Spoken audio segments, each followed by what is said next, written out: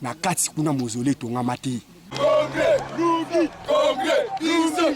Mbongo o totia ya tonga mozole na o mbongo o gouvernement pesa na ba partenaire politique ba pesa po ba tonga mozole ya Antoine Patriarche Gizenga na kati et tonga mati. Na yewa juste à l'entrée obstruction pas d'entrée bon côté. Palou ezali bien ya famille Gizenga te. Palou elingi olaxa parti Lumumbi c'est unifié. Quand on parle d'une unification elingi olaxa ensemble ya biloko to bandi guerre. Ce qui nous dit qu'on me mentionne à congrès, c'est moi qui va amener les Palou au congrès.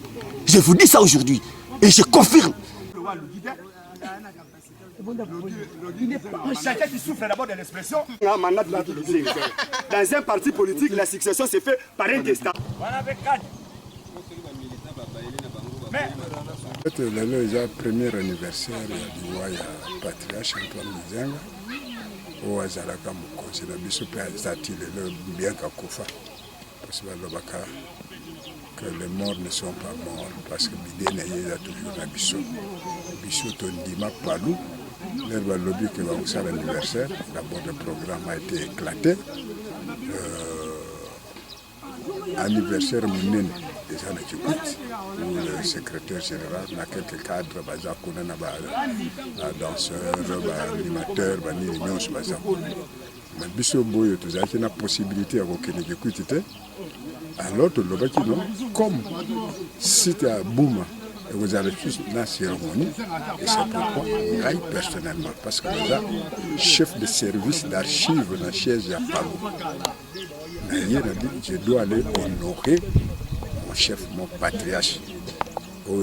Lata na motema na ngai po natala lisusu nasala mwa pèlerinage autour de mausolée na ye. Mais ma grande surprise, la politique, moi j'arrive na zana limité. J'ai payé mon billet.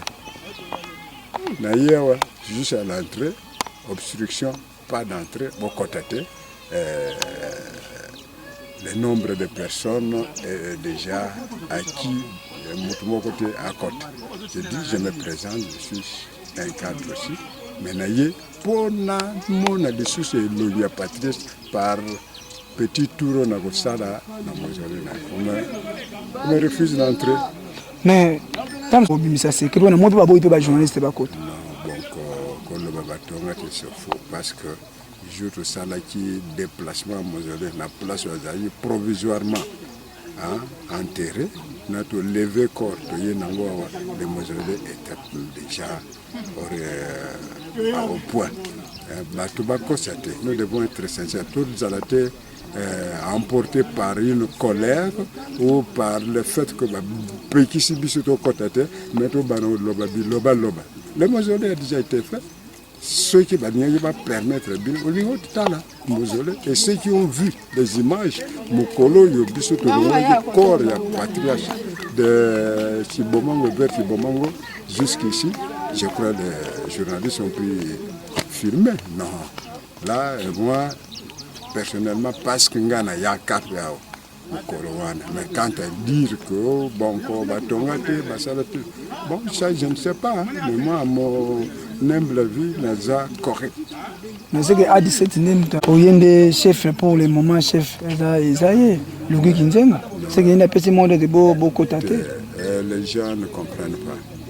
Louis est à Djibouti, notre secrétaire général Aïe, est à Djibouti. Oh Yawa, normalement, ce sont d'après l'information que j'ai acquis, c'est-à-dire quoi? Il était question, il y a pour ça la cérémonie, il y a premier anniversaire de Yanani, il y a patriarche.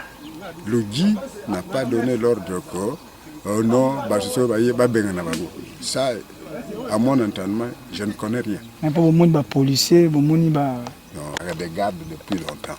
A5, c'est-à-dire service de sécurité. Polo noir, A5. C'est le service de sécurité qui garde la maison ici. C'est besoin qu'il y ait instruction que Batouba côté de société. Nous n'avons pas forcé. Nous devons être démocrates. nous devons être démocrates. Sur le bloc, nous saurons à quel moment, pourquoi on nous a refusé d'entrer. Vous comprenez? Nous devons être démocrates. Ça, c'est... Mais le look pour Ebisabiso. Si nous journalistes à Liboso, on a fait nos félicitations. Il y a un sacrifice pour nous ma place talent zela ndenge zali mais c'est sacrifié en coma. Mais na ko répondre juste na mutuna na yo, lelo zali mukolo oyo Antoine Patriarche Kizenga tokundaki lelo esali inane. Toye pour na ko commémorer premier anniversaire ya liwa na yo. Mais à notre grande surprise, to komia wa famille Kizenga baboyi tokota. Donc on a résistance à la police, on a A5 baboyi tokota sous prétexte que Palou est commis na ba cadre. Ce sont des cadres qui vont accéder, biso ba militants pour y contacter. Balobi Palou eza ya bango, concession o eza ya bango. Mais ba bosani ke biso batu tout sambongo atonga mozolé, biso batu to kunda Kizenga. Je suis un militant dans la province Tchango 4 la section Nalu, carte na ngango, ba imponion so na futaka. Mais to komi awa ba lingite to kota. Ba boyi biso to kota carte, je suis un militant. Komi domaine privé, bouma et komi eloko ya famille. Nayango nazali koyebisa na Lugi Kizenga boy. Lui qui prétend être le secrétaire général chef du parti par un testament, c'est faux et archi faux. Toyebi ba je o nyoso ndenge bazo sala. Marmite o ndenge zo fongwama. Ndenge zo fonctionner biso toyebi yango. Toyaki le loto déposé ba gerbe de fleurs. Les mbandi ke bino boza ba pandisa. Les 16 na les 17 tozaka na monument ya Kabila Laurent Désiré, tozalaka na o ya Lumumba. Mais même Antoine Kizenga, c'est le dernier père de l'indépendance. Tu es le poteau déposé par gerbe de fleurs, mais nous avons besoin d'un niveau de résistance des alliés. La PCB, les gens qui sont militants, ils sont cotatés. Ils sont kati, ils famille. Ils sont domaine privé. Mais moi, je vous informerai avec la dernière énergie qui est de Konangaï, na kati kuna mozolé tonga mati. Mbongo o totia ya tonga mozolé. Na o gouvernement pesa, na ba partenaire politique ba pesa pour ba tonga mozolé Antoine Patriarche Kizenga. Ah, on a Kati et Tonga Maté, c'est l'une des raisons. Lugui a complicité et sa maman et sa sœur Dorothée, une fille qui vient d'acheter la carte, il y a pas à peine même récemment ici, il prétend aujourd'hui être un cadre. Il faut que Kabila, il faut que l'FCC, il faut que nos partenaires politiques sachent que Mbongo va pesa pour tout Tonga mausolée, tout Kunda Patriarche Kizenga, Lugui na libota na ina famille na eba lia. Et puis les lots bazo linga ba s'encaparer na Palou. Na ko rappeler bino loko mwa mukie Palou ezali bien ya famille Kizenga te. Palou elingi olaksa parti Lumumbi c'est unifié. Quand on parle d'une unification, elingi olaksa ensemble ya biloko. Partout Palou eza ensemble ya ba parti. MNS to mona ba Marcel Bisikiro to mona ba to mona ba Marcel Bisikiro to mona ba Jackson Sendwe to mona ba Sylvain Kama. Soki lelo Lugi Kizenga na Dorothée ba kolobaki Palou eza bango. Bana Sylvain Kama ba kolobani. Bana ya Marcel Bisikiro ba kolobani. Pour vous dire que bazo linga bazo parti en otage. On a besoin du Congrès. Le Congrès, rien que le Congrès. Nous sommes là, c'est aujourd'hui que nous les militants, je tape la partie et ça n'engage que moi. Pour bannir guerre. Ce qui nous dit qu'on me mentionne au Congrès, c'est moi qui va amener les Palou au Congrès. Je vous dis ça aujourd'hui. Et je confirme. Ce qui nous dit qu'on me mentionne au Congrès, c'est moi qui serai le leader. Il y a ma partie dans le Congrès. C'est l'État qui vient de nous départager. Mais besoin qui m'a d'autres. Et c'est pour la moutona na yo. Tu y es que Kabila a un bon mingi. Mukolo mon côté, le 16 juin, tout le monde Kabila a déposé gerbe de fer na manon na mboka na bango. Mukolo mon côté. Tout qui n'a déposé gerbe de fer le 17 na mausolée au ya Lumumba parce que Lumumba ba bomé na acide cimetière ezalati ba salela ikitine loko na katakokumbe yango moni awa encore dans un cimetière taza na mausolée ti yango moni to kinda le 17 mais Kizenga zana Kinshasa vous ne voyez pas que ezaba théâtre Kizenga zana Kinshasa si c'est vrai ton mausolée ya Kizenga aujourd'hui on devait recevoir ba partenaire politique pour déposer ba gerbe de fleurs. Il a bouffé l'argent, c'est l'une des raisons pour que le monde ne sache pas, pour qu'ils puissent être militants, te contribuer à tout ébattre. Mais à Sali Bavanti, il y a Rokenena, la Kikwiti, yo lelo papa na Koufi, monima papa na Zaliawa. Bato biso bandekuno to yako ulano poto déposer gerbe de fer. Yo ebisi biso te to Keneba Congo. Ça se fait, c'est le plan politique, ça se fait pas. Ça se fait pas. na vision dans ce que bino bobo wana po comprendre que na mbongo na mina tonga mozo ni akimi wana za kokima Lugi a pris fuite, ça s'appelle une fuite d'avance. Lugi akimi allié mbongo gouvernement allié mbongo ba partenaire politique allié même mbongo na biso ba militaire to contribuer pour na tonga mozolé yi allié yango pour que trace wana ye banate yango moni akimi. Lugi c'est un volé, Lugi c'est un paresseux, Lugi c'est un paméfou. Et j'assume, ça n'engage que moi, messieurs les journalistes. Ceux qui vont en poser là, je suis là et je vais leur expliquer tous ces aventures, comment est-ce que ça fait. Lelo, parle comme il y a un cadre. Yo mona wapi matanga mutu moko. Au moment où je vous parle, bazo siégé na bato bana matanga na mon ferry. Yé azana kikuiti. Nous les militants, du fait que tous ça ba militants simple, ba négliger biso. Tout le monde place de on ne nous a pas donné des invitations pour que les mots ferry, pour tous les avions, tout l'année. On a beau juger, tout y a qu'on fêter, tout y a qu'on commémorer notre patriarche, notre héros, tout y a qu'on honorer awa, tout y a qu'on commémorer le premier anniversaire awa. Mais tout comme awa pour tout divulguer des informations. Est-ce que nous va penser ça on va continuer? Ben que ce beau côté beau, ça va image, pour penser ça on, y a un babou au côté ça bino. Les apôtres bongo, tout remercier bino. Ils voient comment est-ce que la police wana baboy tout content. Merci beaucoup militant. Merci, on va remercier bino. Bon vraiment ce nazolo baboy, ils a passé ceux qui le lozo tale longi oyo, na ba militant pa na ba cadre bazo tale longi oyo, ils a jeunesse oyo alela tant de ya kizenga zo bima banana na triomphal.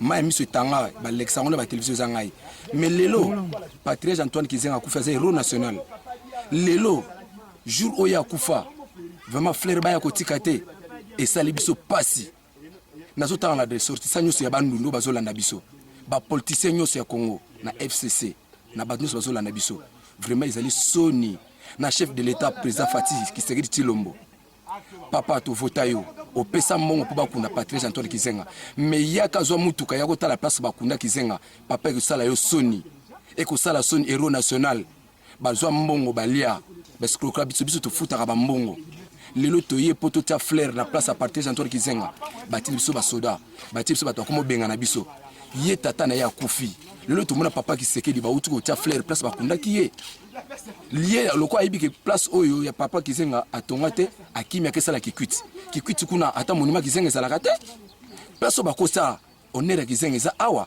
metala ninga tiki tala ninga bato batemna babala bakomo kanga ba jeune place basore bazokenda bango ezoyebana te Lugi Kizenga yeko boma biso parti nazo senga na FCC biso tozali ba lié na bino soki boni bon négocier pour palu obino bozana ngo posa palu oyo sunga bino bo aider biso na congrès botia mutu oyo azo mérité pour lobi bozana posa ya palu ne biso ke nokufa tukota biso ma ya misu boye ma ya misu zo bima biso tokomi na soni tota biso ba jeunesse boye tokoma na ba pota na mutu tozoka na élection ba beta biso totikala ba cicatrice mo grave mbongo na biso to contribuer oyo ya tonga mozolo to bénéficier ngo wapi pasi Lugi Kizenga yo ba biso parti article na biso palu na biso to senga na gouvernement so boyo ke lelo e yindi na kata Congo vraiment eza Lugi Kizenga atika biso pardon na biso ya partout ça idéologie à paluté atika palu na biso pardon Kizenga oyo aza mokili mobimezo banga vraiment place bakunie na soni boye hein Sonia boye place bakunie patriarche Antoine Kizenga ne lelo akimi akesala kikwiti po bana kikwiti ba ebité président Fatih pardon papa président Joseph Kabila Kabange olinga Kizenga sungi mingi pona yo rengi na yo palu emoni pasi ya kota la place bakunie papa Kizenga boya kota la gouvernement eza soni na mawa. Merci beaucoup. Jour ya matango to yaki ana combien on a tiré pa ba hasel na nelo bino na okamo so bolo ba kenonga na ya awa bobo itoko to ndimi na ye kutuna manifestation sili wali ba keno isili ou bien sili mais okuno so ba keno ozo mo eleki ba kasi Asala boyde. Biso toye a poto to kota na kati ba boy biso to kota na kati. Ezala te pona nini. Baleza biso ba boy to kota ezala le 24 février au jour patriarche Koufaki a bozomona eza liboso na lopango ya patriarche na buma po nyonso boyebi biso toyaki parce que po todépose genre de fleurs ndenge comme d'habitude ezalaka toyaki na bamilita nyonso tokomi baboyi tokota toyebi te so baboyi tokota mpona nini nde yango wana tozonga na biso me esali pasi esali biso makasi par rapport ke non ata chef na biso patriarche Antoine Gizenga grand cordon oyo toyebi dernière père de l'indépendant na lelo toye arbre obi ke non manifestation eza na mo fleur mosusu eza na kikwiti elobi tozalaki na baselile oyo bayebisa biso yango esalami te akoti biso te toni tozonga na biso c'est comme ça alors mais tokokisa yango kaka po tobaki tokoya tokoma mpo tofete une année ya patriarche biso nyonso yango tokomi mpe tomonani ke non toyaki maintenant awa tozozonga na biso c'est comme ça c'est bien mais secrétaire toyebi yango est ce que nyonso okeki kuti te bo bamilitant oyo bajeune militant oyo bazaza bajeune militant oyo bazaza sikoyo tosala ndenge esengaki ke non tokóma kaka nga ndenge nayebo na yo kuta bato mosusu bazaza bamisusu kutu bakei babino esengi ke non tomona na présence na biso so emonani esali essentiel na Kinshasa mpe toyaki ntina buma esika oyo toyaka kokende définitivement yango tokokisa yango. Merci. C'est bon, merci.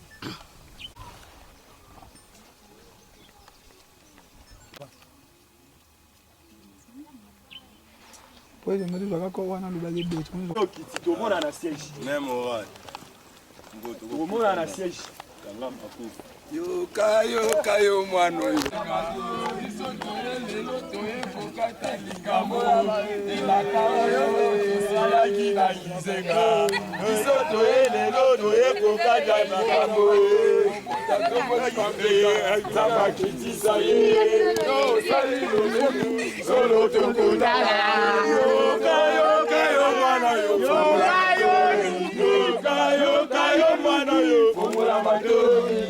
oyo tosinyaki na Kizenga biso toye lelo toye kokata likambo elaka oyo tosinyaki na Kizenga biso toye lelo toye kokata likambo yoka yo mwana oyo fungula matoi yoka yo mwana oyo fungula matoi elaka oyo tosinyaki na Kizenga patriarche Congrès Lugi Congrès Lugi Congrès Lugi Congrès Lugi Congrès Lugi Congrès Lugi Congrès Lugi Congrès Lugi Congrès Lugi Congrès Lugi Congrès